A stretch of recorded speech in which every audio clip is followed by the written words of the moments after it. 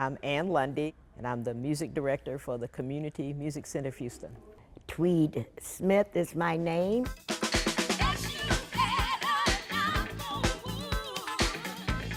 I am a performer, a vocal performer. I'm also a music educator.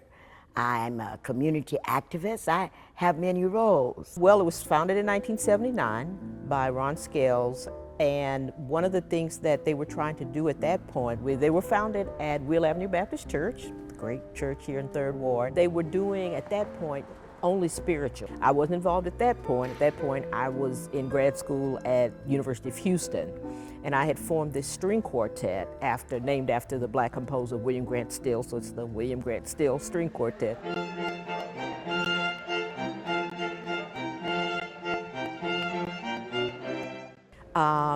And then me and Ron just kind of ran into each other, and we thought it'd be a good thing to kind of combine our efforts. I started expanding the string quartet into an orchestra, and we were blessed to form what's now called the Scott Joplin Chamber Orchestra.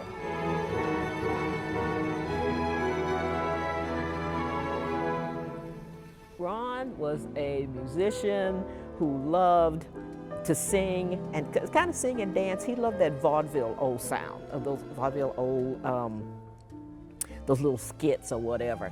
So if you've never seen the old vaudeville, he used to sing a song. He says, "Your feet's too big, oh Lordy, but your feet's too big." I mean, it was hilarious.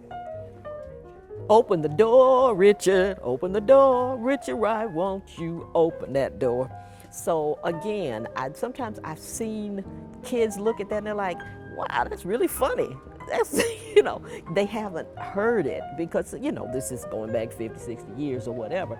They don't hear it as much as they used to, but when they hear it, they're like, man, this is hilarious, And it's fun, and you can just clap along with it, tap along with it. If you want to get up and kind of move along with it, you can do that too. You just have a good time. This is not one of those, sit down and be quiet and just clap. This is one of those you could get up and, have a good time. We put this dream in action, and we were blessed to have some of the greatest instructors with commitments to the same thing that we hold dear, and that's training the youth and our community. I discovered the Community Music Center of Houston in 1992. I had just come back from New York. I'd lived there for several years and came home, had a newborn baby. He was 2 years old at the time, and I was going stir crazy, needed an outlet for my music. I had already been with the world-renowned group War, had worked with many, many greats throughout the industry, but I was at home, and at home, I didn't have connections like I had on the West Coast or the East Coast. So I was looking for an outlet. I lived on a street called Benz, and the Community Music Center was on Alameda. And I used to walk, and I still do like to walk. And I walked, and I saw the Community Music Center of Houston there on Alameda, which was right around the corner from where I lived. And at the time, they were auditioning for a stage play. Now, I went in, met the people, became a part of the stage play. When I lived in New York, there was a great artist by the name of Ruth Brown. Miss Vivian was introducing me to all the prominent people, all the cats and all the people that she thought would feed wonderful things into me, because that's how the community there does when they know you're serious about your craft. And so when she introduced me to Miss Ruth Brown, I was so thrilled to meet her. I knew about her hit song, "Mama, You Treat Your Daughter Mean." Mama, you treat your daughter mean. She say, "You out of Houston, Texas?" I say, "Yes, ma'am," in awe of her. She say, "Do you know Jewel Brown?" And I say, "No, ma'am." She said one of those words I'm not gonna say in this interview. "You don't know nobody if you don't know Jewel Brown." What did you hear about Jerry? Have you heard about Jerry? She's the baddest singing woman. All them gals out of Houston, Texas can sing. She said, I bet you can sing, but you need to find out who Jewel Brown is. I felt about the size of a penny with a hole in it. And when I came to the Music Center of Houston, lo and behold, this musical was starring the great Jewel Brown.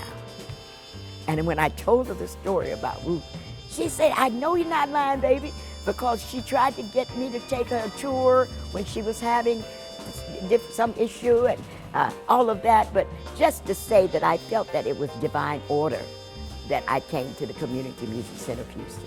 And I have been very active in any role that I've been asked to perform with them ever since. I grew up here in Houston, grew up playing the violin, and I expanded from the string quartet to the orchestra, and then let's take the Super Bowl for example. Now the first time Beyoncé sang at the Super Bowl, and everybody many people have seen it, or you can go online, but that first time when she did the Super Bowl, it was the Star Spangled Banner, okay? And fortunately, the band director, Richard Lee at TSU at that point, he called us and said, you know, Beyonce's folks said they would like to do the Star Spangled Banner with the orchestra. Would you guys like to do it? I said, wow, that's great. Love to do it with Beyonce, you know what I mean? So again, that goes back, I don't remember the exact, I think, was it 04? I think it was 2004, I believe.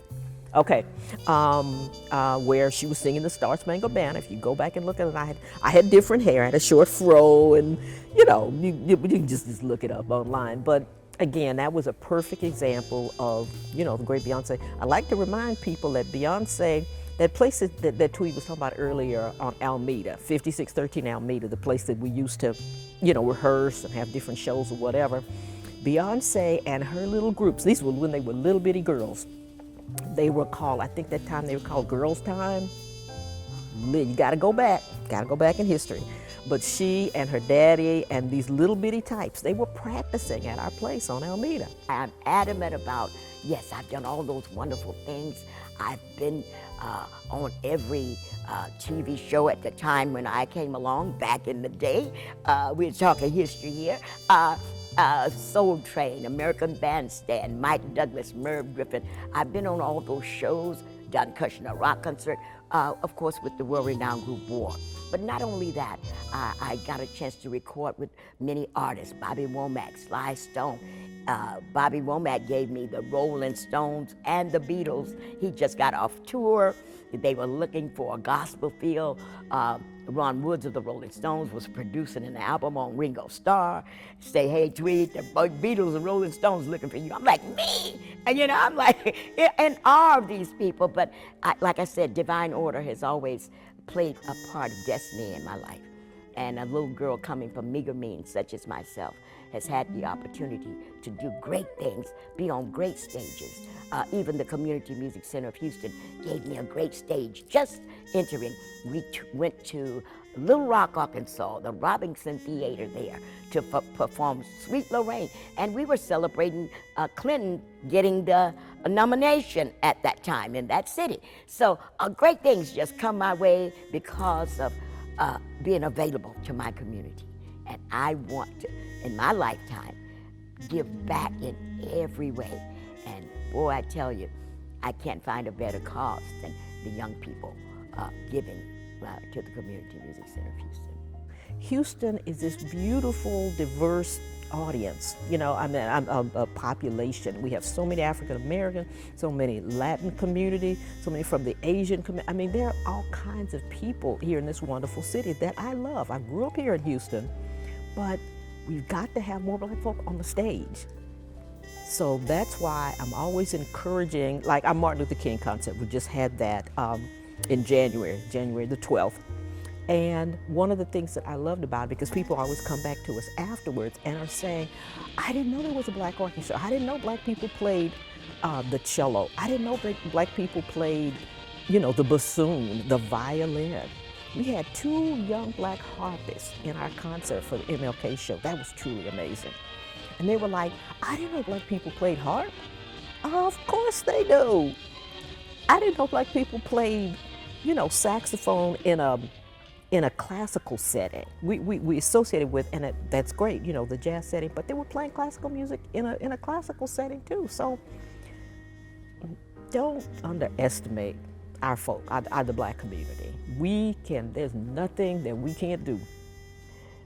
We all have our passions, and we have a great passion for classical music because people don't know the history of the Black classical artists. They don't know the history, and that's something we bring to the forefront when we get those babies' minds, and they don't ever see anybody that look like them in the pit and that's playing that instrument. The violin. We can show them that the banjo was invented by an African person, and that fiddle was mastered by an African person, and not only in the country, in Africa, but throughout the world. Again, what we're saying, if we can continue nurturing our kids, as I said earlier, I'm very concerned about the schools and the way they are. Some of them are just eliminating the music program. So we have our music lessons on an ongoing basis. I hate to say it, but it's almost 24/7. I mean, we are always teaching music lessons somewhere, in somebody's church, house, whatever. In the summer, we have a 2-week music camp. It's usually we straddle Juneteenth. So it's a couple of weeks around the time of Juneteenth.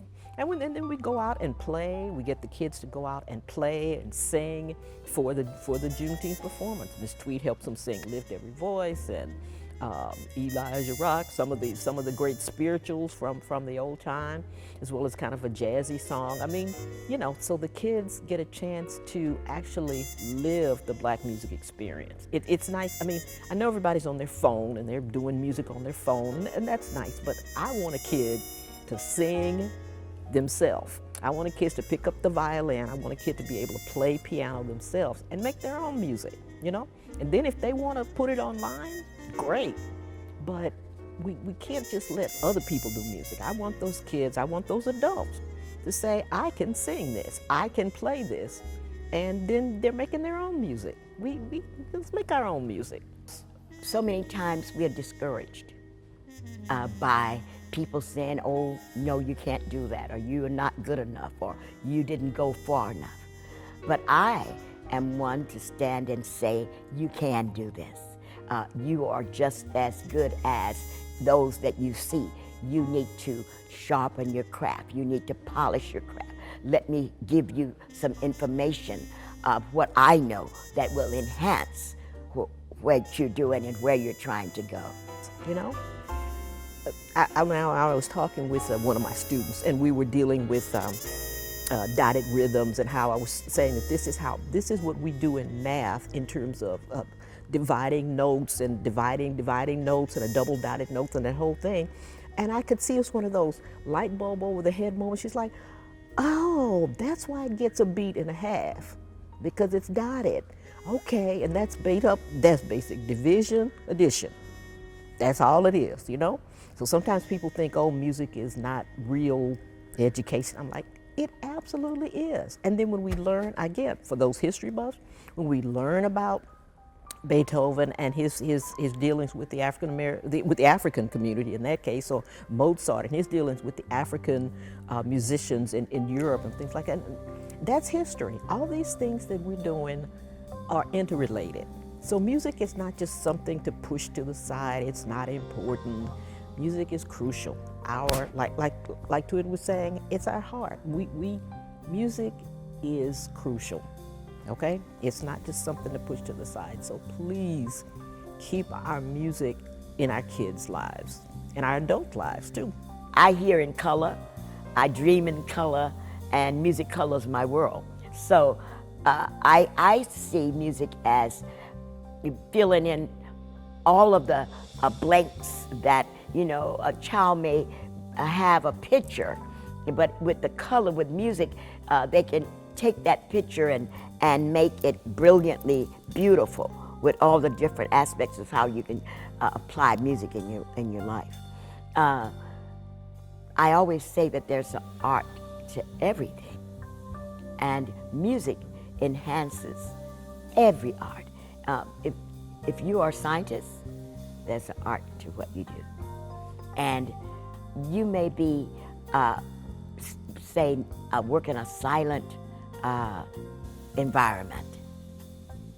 You got a heartbeat, and that heartbeat is constantly pumping the rhythm, music into your life.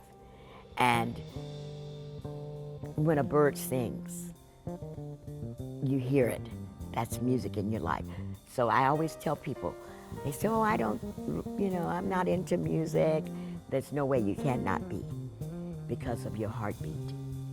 You've got the rhythm, the sounds around you, your ears are open. And music colors and tells a story of your life. And it's so beautiful to just sit back and listen to the different movements of a song and hear and see the color, hear the color, and the story that it tells. So there's just so many things that you can do in music. You don't have to limit it to only, one kind. We are not so aloof that your child will be overlooked. We take personal care. We take time with each child and let them develop at their rate and understanding level. And let me tell you, I've seen them go from playing chopsticks to being a concert pianist. I remember our instructor, Olga, who came along in piano, and she have, enhanced many of our students, but I can think of Miss Vivian Mosley as one that I saw develop through the Music Center of Houston. Until the dolphin flies and parrots live at sea. Until we dream of life and life becomes a dream. People say, oh, Miss Tweed, I don't sing. Oh, yes, you have a song in your heart. And if there's a part that you think is gonna be difficult for you, I have a section called the Hama section. And that Hama section stands to make that choir full. And it's no way that you can hum out of tune. So if you can't hold a note, you can surely hum a note. And I admire those that have courage enough to let me show you how great your voice is, because it's an instrument given that is only yours, unlike any other instrument that can be put in a case, put aside, somebody might run off with it. Not a voice. It's yours. You keep it the way you take care of it.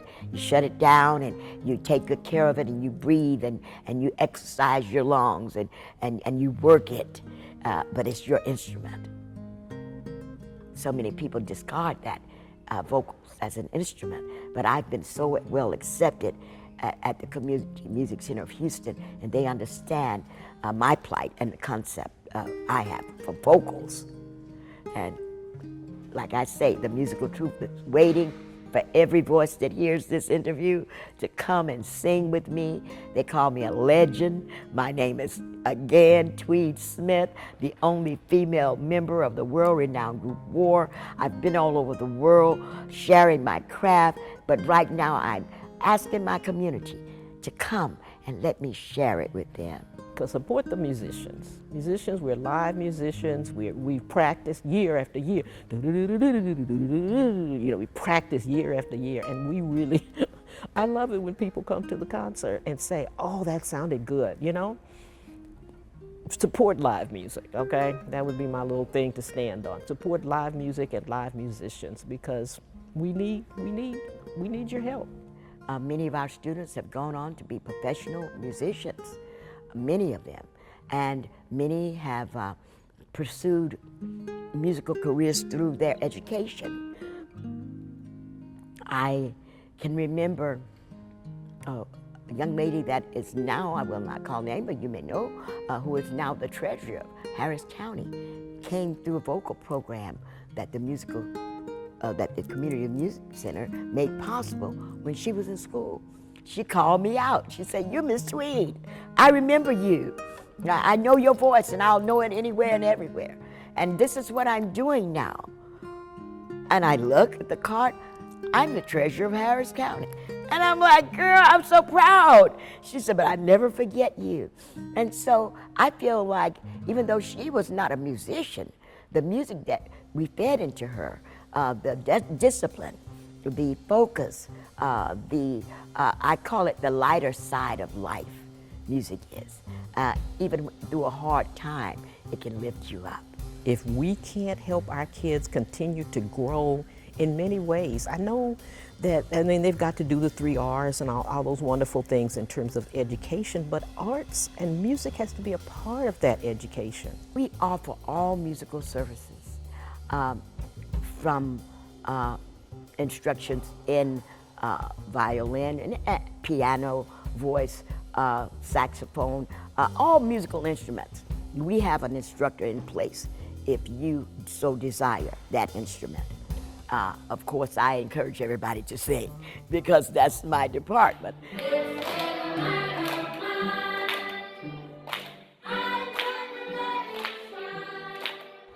I see Doc Lundy with tots 3, if they have 5 years old, if they have attention span, that she can get them to just to say 1, 2, 3, 1, 2, 3, she'll take it. And I'm just about the same way. Musicians need a music space.